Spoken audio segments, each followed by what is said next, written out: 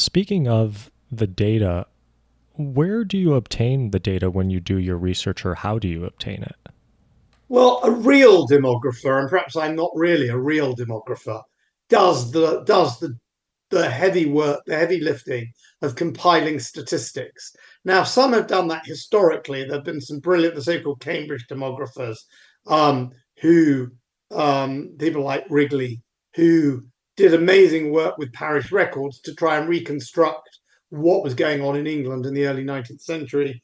Um, and then there are demographers who work for institutions like the World Bank and like the United Nations. So I really use that data. I don't compile it myself.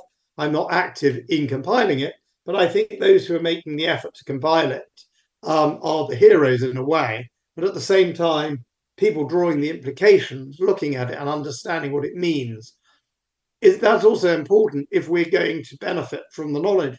Otherwise, the data sits in very pretty tables at the UN or the World Bank. So I think there's a role for people to draw the implications as well as the role for people to be drawing up the data itself. But I would say the two biggest sources are the World Bank and the UN. They have different pros and cons. The UN does very interesting forecasts. The UN also does very good data on age cohort by country over time, and that's quite difficult to come by.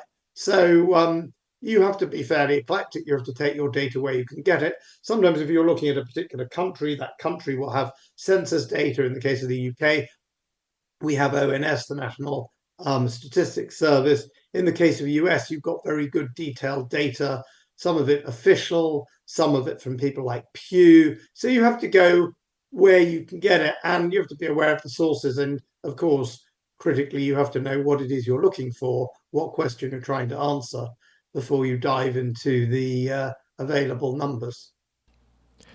Do you ever worry about the accuracy of the data that you're looking at? I always say that the richer, the more recent, the better. So if you want to know what the immigration into Norway was in 2022, you'll probably find a number that's very good.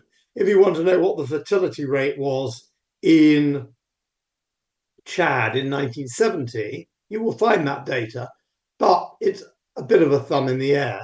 And I suppose the question you have to ask, so first of all, which data are you more comfortable with? There's also, just because of people's ability to have drawn it together, there's also a question of where might there be an agenda. Countries that say they're trying to get their population up or down, are they manipulating the numbers at all? You have to be a bit aware of that. And then there's a question of whether there is a systematic bias, there's systematic mistakes made, or whether the numbers kind of come out in the wash.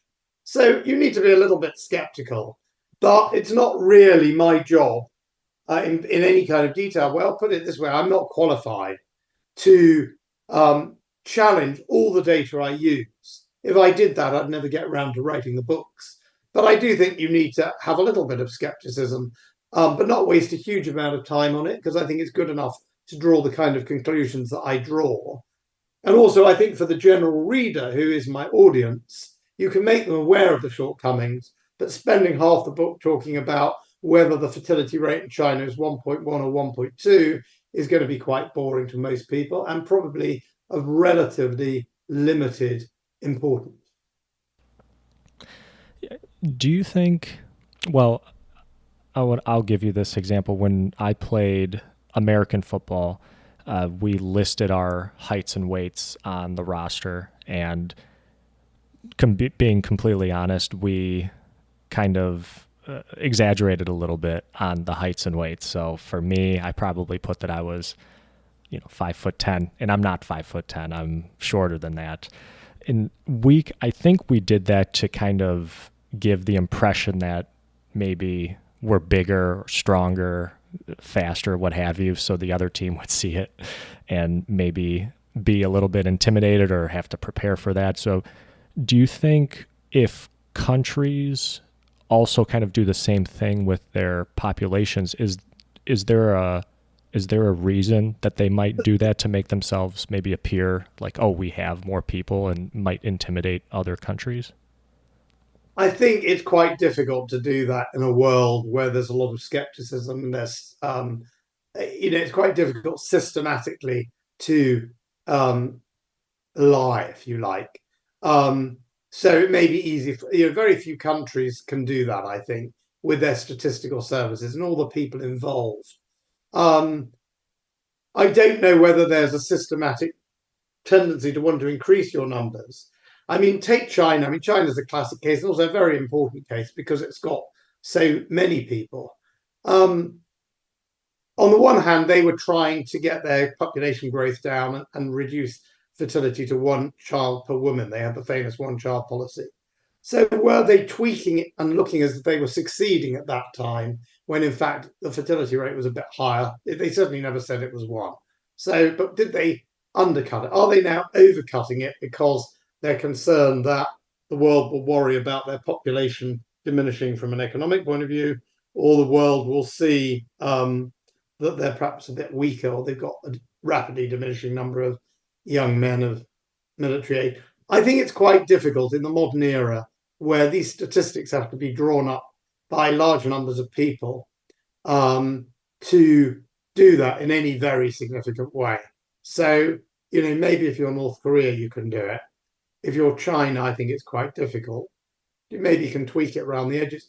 There's also the whole thing about triangulation.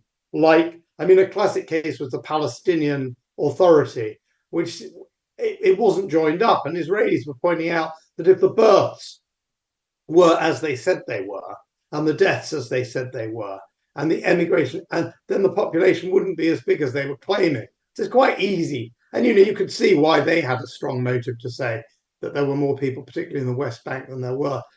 So, and that's been disputed, and people can have an argument about that. But you've got to triangulate all these things, and you can't be, you've got to start um, making up births, making up stories about people who were never born, and you've got a registration of births, and that ties up. So it's not. I'm not saying it never happens, but it's quite easy to find it out.